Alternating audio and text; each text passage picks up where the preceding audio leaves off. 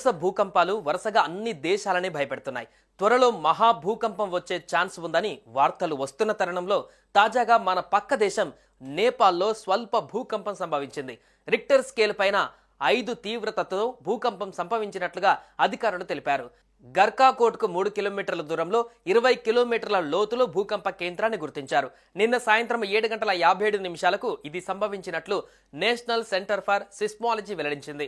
ఈ భూకంపం ఉత్తర భారతదేశాన్ని కూడా తాకింది. ఉత్తరాఖండ్, ఉత్తరప్రదేశ్ రాష్ట్రాలలో పలు చోట్ల భూ ప్రకంపనలు భయపెట్టాయి. మరోపక్క పపువా న్యూ గినియాలో భారీ భూకంపం సంభవించింది. రిక్టర్ స్కేల్ పైన భూకంప తీవ్రత 6.9గా నమోదైంది. అయితే ఈ భూకంపం తర్వాత సునామీ హెచ్చరిక జారీ అయింది. పపువా న్యూ గినియాలోని న్యూ బ్రిటన్ ద్వీపం తీరంలో శనివారం ఉదయం 6.9 తీవ్రతతో బలమైన భూకంపం సంభవించిందని యునైటెడ్ స్టేట్స్ జియోలాజికల్ సర్వే తెలిపింది. ఉదయం 6:04 భూకంపం సంభవించిందని పేర్కొంది.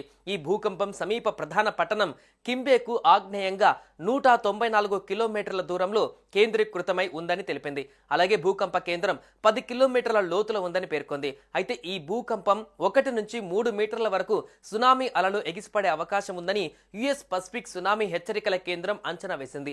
అలాగే పొరుగున ఉన్న పసిఫిక్ దేశం సోలమాన్ దీవులలోని కొన్ని ప్రాంతాలకు 0.3 మీటర్ల కంటే తక్కువ ఎత్తులో చిన్న అలలు కూడా వచ్చే అవకాశం ఉందని తెలిపింది.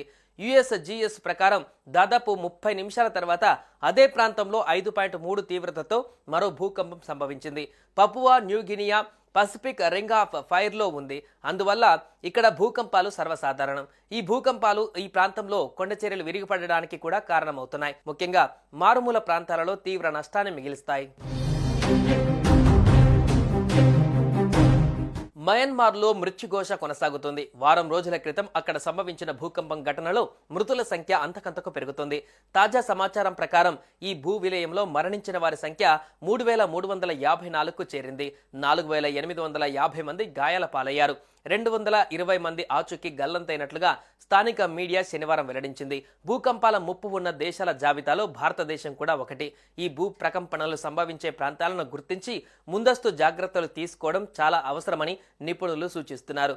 భారతదేశంలో కొన్ని ప్రాంతాలు అధిక తీవ్రతతో భూకంపాలు వచ్చే అవకాశాలు ఉన్న ప్రాంతాలుగా ఇప్పటికే గుర్తించబడ్డాయి. గుజరాత్,